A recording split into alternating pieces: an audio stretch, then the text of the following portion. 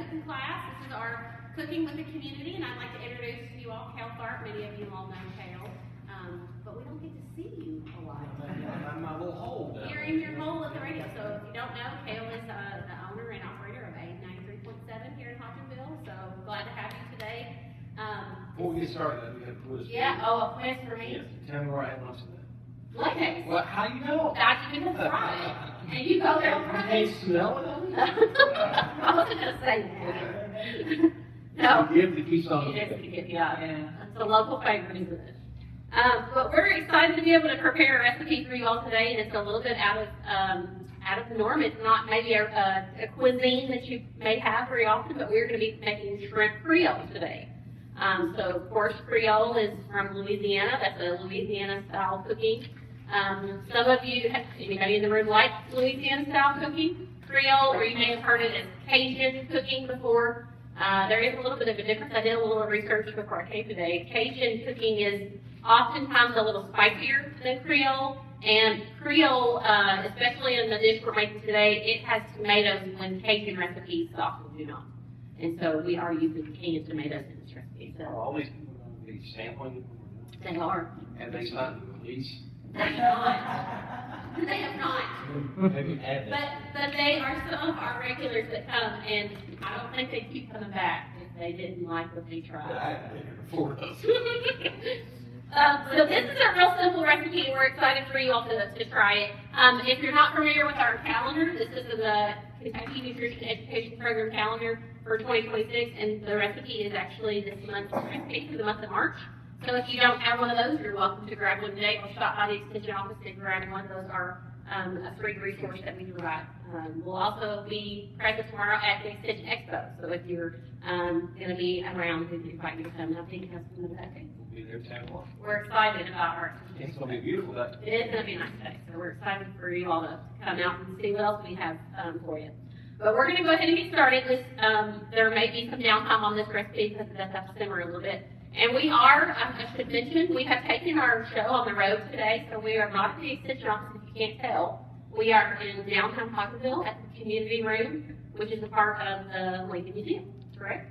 So, which is right behind your home here. So I didn't have far. you didn't have far to come. You didn't even have to drive. I didn't have to drive. You could just walk. But we thank the Lincoln Museum for letting us borrow their community room today. And I'm excited to see some folks in the room to join us. So the first thing we're going to do on this recipe is we are going to preheat our electric skillet. So I don't have a kitchen, obviously, in the room, so we are kind of making do with what we have. We're just going to turn this on to about medium, and we're going to start. There goes the break. Oh gosh, don't tell me that. Because it's possible. It could happen.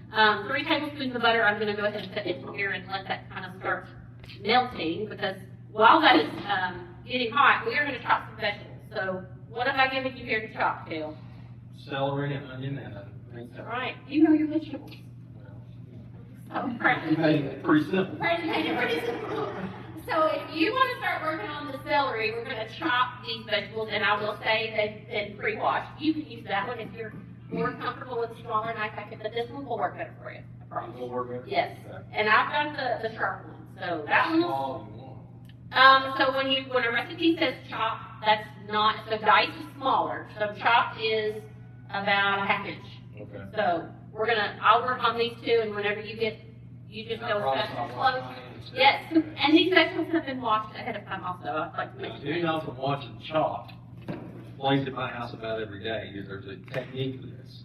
There can be, yes. And Have the size you want? yeah, well, maybe a little smaller than that. I Smaller. did say ½ inch, but Okay. now that I see it, maybe a little bit smaller A than little that. smaller, okay. But we are chopping these all kind of uniform size so that they can all kind of be cooked at the same time, which is an important part of that process, cooking. If you cook a lot, and you know, if you have different sizes of food in your recipe, things can cook faster than others, and so we like to try to cook things similar sizes. So green bell pepper is one of the vegetables in today's dish. And onion. Oh, you still have all your fingers. See, that's great. So this is about the size we're going for. This is a chopped size, so you're doing great. I think that'll be just fine. Yes. Bell pepper. So bell pepper and Yep. Leave the bell pepper out of me. Well, we might have to take it out. I don't know if I can leave it out. This is gonna help make the flavor of this dish, taste really good. We are using a whole green pepper, and we are only needing really 2 stalks of celery, which these were kind of cut down. You don't have to do that in a pile. But, okay, whatever you feel like is 2 stalks total. I think that was pretty good.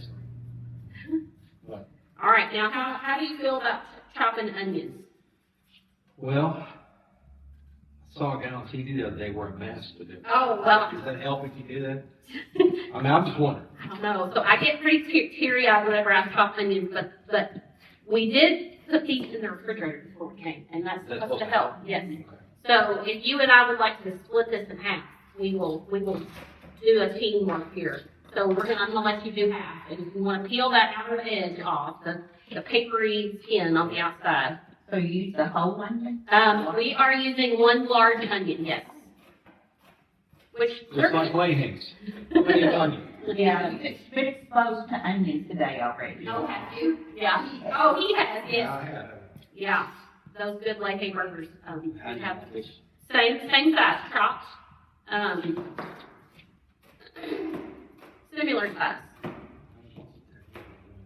Hey, I got a quick Okay. question. Oh, yeah. Yes. Can you use a sweet onion or just a regular? Doesn't It doesn't really matter. This is just a regular yellow onion, and it's a little soft on the outside. So if you ever do get an onion that's Look too tasty.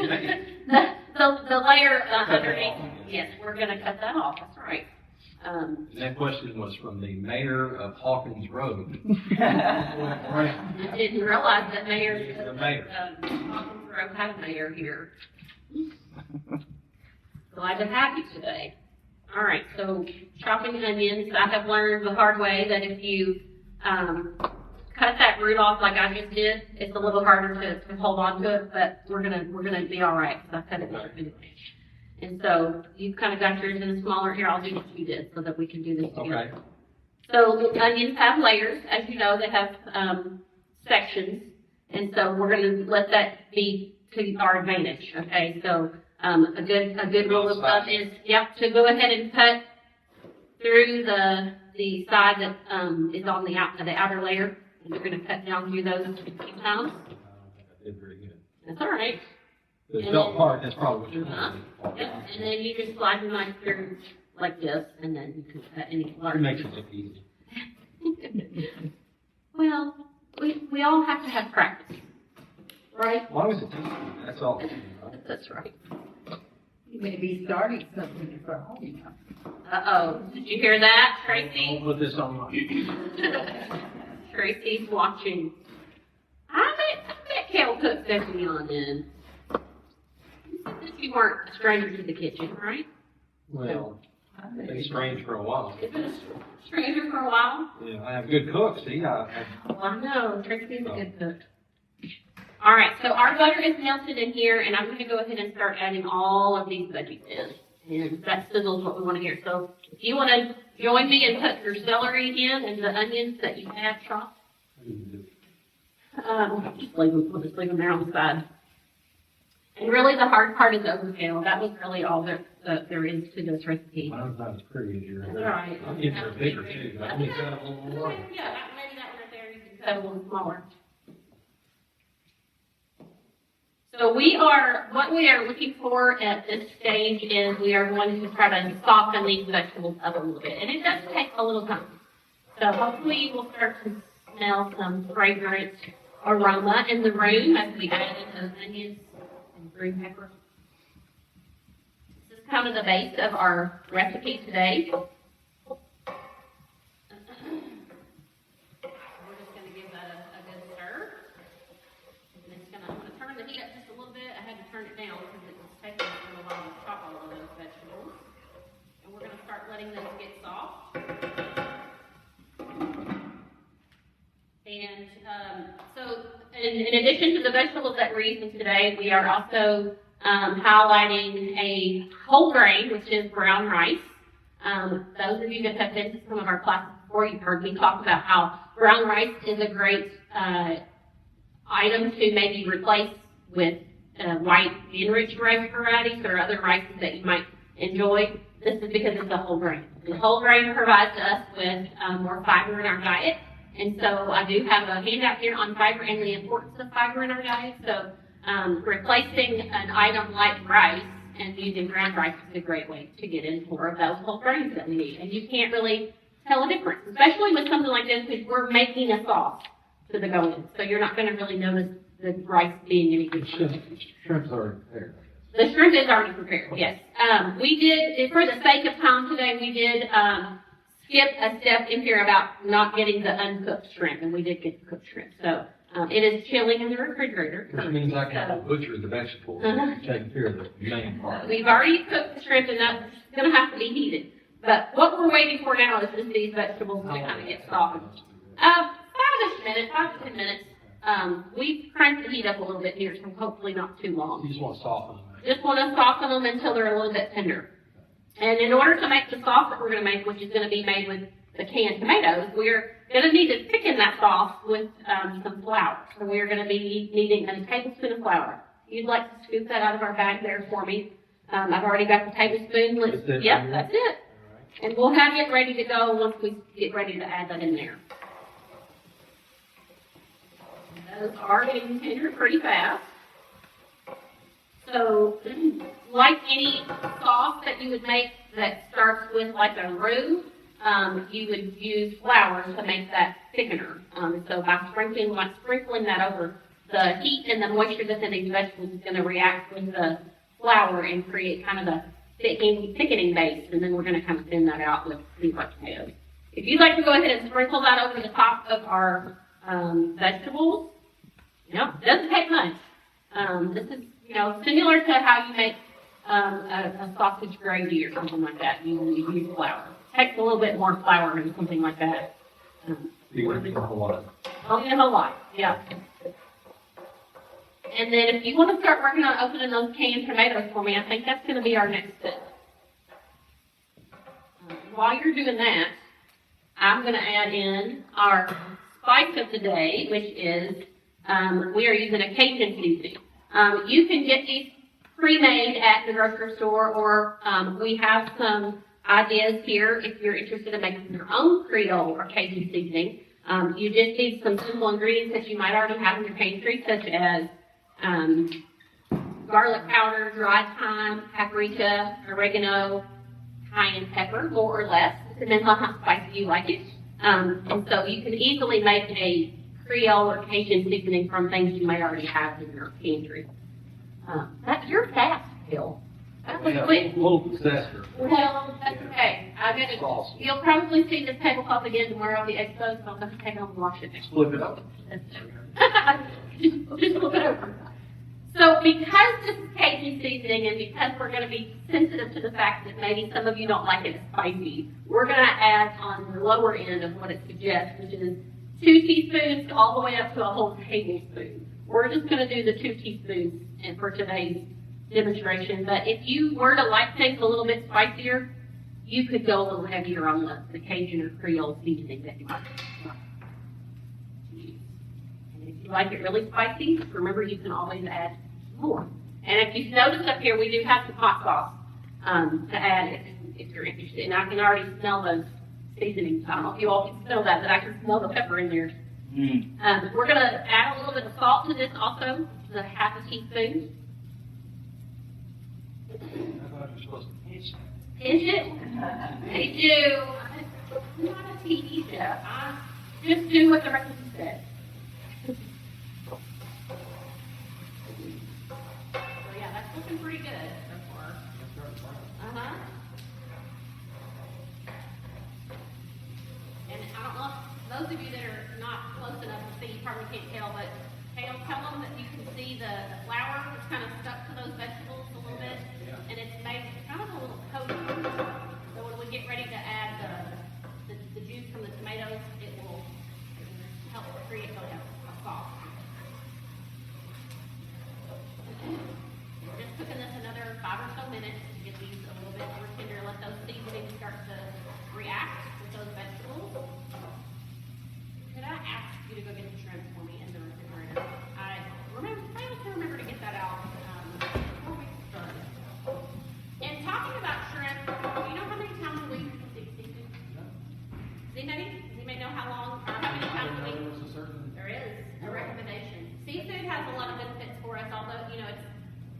2 to 3 times a week, yeah. Two is the recommendation, of course, 4 is better. I go weeks without You having. go weeks without, so you're not getting some of the essential nutrients that you need, such as omega-3 fatty acids, Right.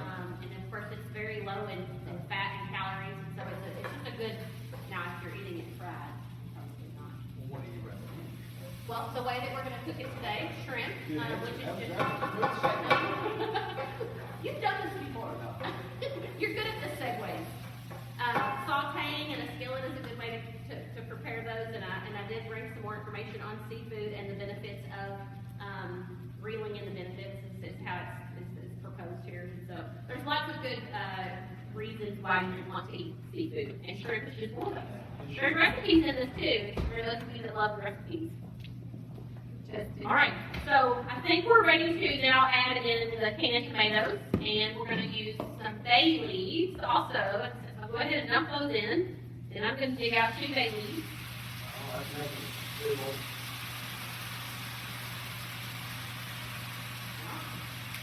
And the juice from those tomatoes are going to help us create that sauce that we will use for this. Bay leaves is just another seasoning or a spice that you can use in a lot of soups and stews call for bay leaves, and it's one of those things you need to dig out before you serve it. You don't really want to bite into a whole leaf there when you're eating your dish. Just for show, right? Just for flavor. Yeah. Just adding some flavor. If you're going to join us at the expo tomorrow, one of the things that we're going to be offering is we're going to demo how easy it is to make some of your own seasonings. So we're going to be making an all-purpose seasoning mix and giving out samples of that because I think as Americans we need to do better about eating less salt. And so the all-purpose seasonings that we're going to demo tomorrow, and so many others that you can make yourself, such as, what are some seasonings that we often buy already pre-made? Taco. Taco seasoning. Taco seasoning is one of the simplest seasonings that you can make, just by purchasing some of the ingredients that you need for that. Cajun seasoning, as we talked about, was another one that you can make yourself, and it's salt-free. So a lot of them that you buy pre-made at the store, nothing wrong with getting them pre-made, but they make the low sodium, which is the salt-free versions, and that's what we need. All Americans need to do better about consuming less salt. And so, if you're interested in learning more about how to make some of your own You seasonings, still have that taste. yeah. So that's kind of why I'm thinking about the bay leaf. That it gives us that flavor, but Without the salt. tasting without salt. Yeah. So there's lots of ways to flavor our food without adding things that we need to limit in our diet more.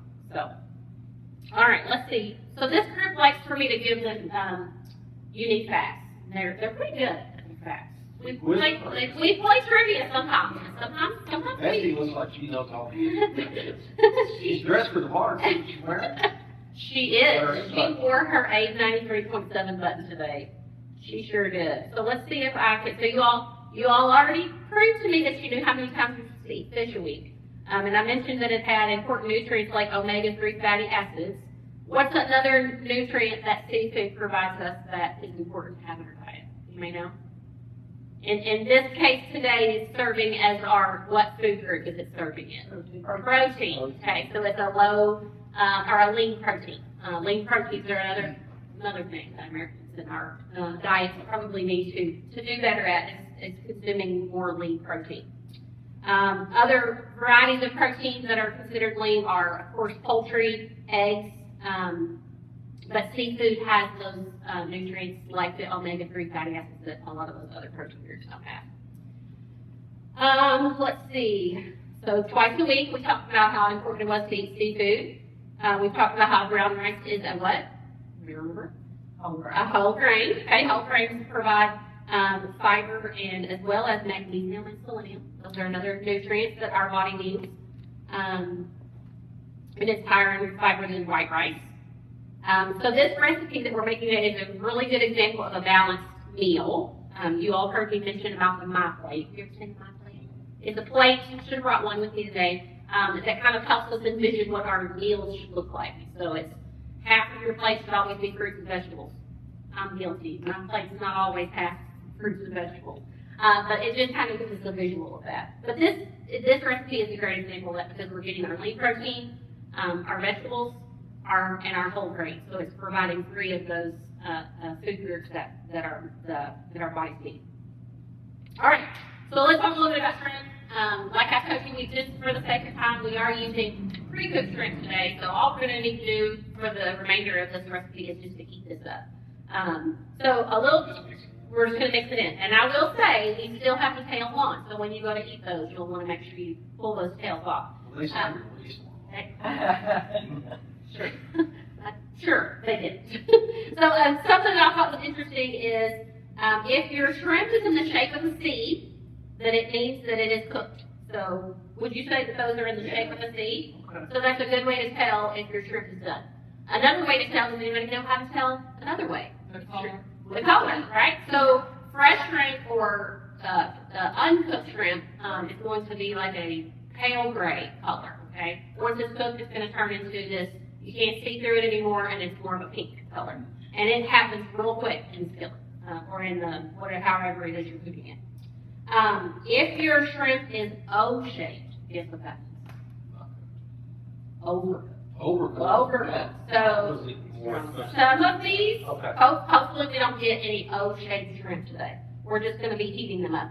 Overcooking shrimp, while it doesn't really affect the food safety aspect of it, undercooking would be a safety issue. Overcooking shrimp can result in a rubbery, tough texture. So we're going to try to avoid that. I think I went over all my points today. A couple other ideas for this recipe. You want to give this a stir and tell me what you think? See what you think if it's making that sauce that we want. Vegetables are soft. Vegetables are soft. Yep. Just a few more minutes. Yep, just a few more minutes and we'll add that shrimp in there to heat up. This is also, we're just going to serve it over the rice. Okay, you already. I've already cooked the rice. Yes, I forgot to share that. Yes, we pre-cooked the rice just because we knew that we were limited with equipment in here today. But this is also, in addition to making this ahead of time, you can also make your rice ahead of time, which is what we did. To make this ahead of time and then not add the shrimp until you're ready, which is kind of what we're going to do today. What other proteins can you all think of that would be good in this besides shrimp? Some people don't like shrimp. Chicken. Pork chop.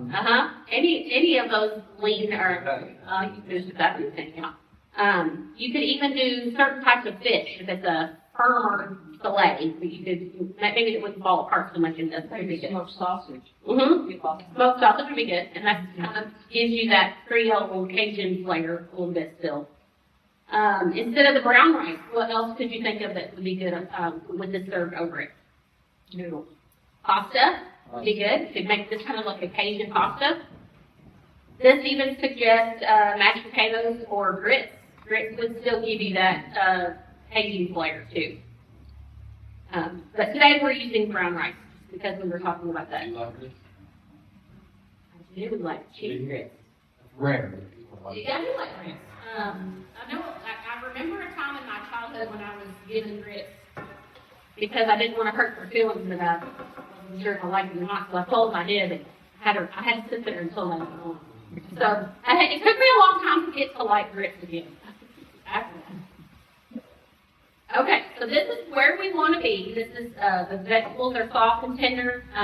Most of that liquid from the tomatoes have kind of been absorbed into the vegetables, and we don't want to dry out our sauce. And so we're going to go ahead and turn this heat down to low, and I'm going to go ahead and get these bay leaves out. Yeah, you can leave them in if you want, but I don't think anybody wants to chomp into that. No, I thought we had to eat around. No, we're not going to eat around that. I think there was one more little piece in here. I can see it right here.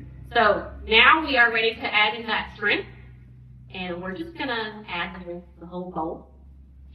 Just dump it in, and we're just going to let those warm up. Remember, they're already pre-cooked because we took that step out of the recipe today, and we're just going to warm these up, but we don't want them to be overcooked. We're going to just let them heat up. And I did turn the heat down, yeah. And there we go. So we are ready to serve this up to you all for trying the samples. Remember, this is in our calendar recipe, our recipe calendar for this year, for the month of March. We've got some additional recipes in the handouts that we provided to you today, and we hope that you all enjoyed it. So if you all are ready, we're gonna open up the rice container down. If you want to just bring it down here, we'll serve up some samples and let you all give it a try. And this group is pretty honest usually. They usually tell me if they like it or not. So if they don't like it, don't worry. We're gonna like it. Okay. We're gonna like it. Smells great. It does smell good. And you saw how much salt I added in this. It's very little. So sometimes we miss the salt, but I'm hoping that we don't miss it in this today. All right. So we will. If you the plates are there. If you don't mind helping me, just put some rice on each one, and we'll serve up a little bit of the Creole on top. And we thank you all for coming today. And I think so. Yeah. And if maybe. All right. Well, thank you all for joining us for this edition of Shrimp Creole and Cooking with the Community. Kale, thank you for joining us today. I'm just impressed nobody's killed over. Nobody's killed over. That's a good and thing. everybody liked our It's food. really good. Yeah, I really do like it. Really, really good. So hopefully you can try it soon. And we hope that you can join us next month. It'll be April the 10th at Senior Center.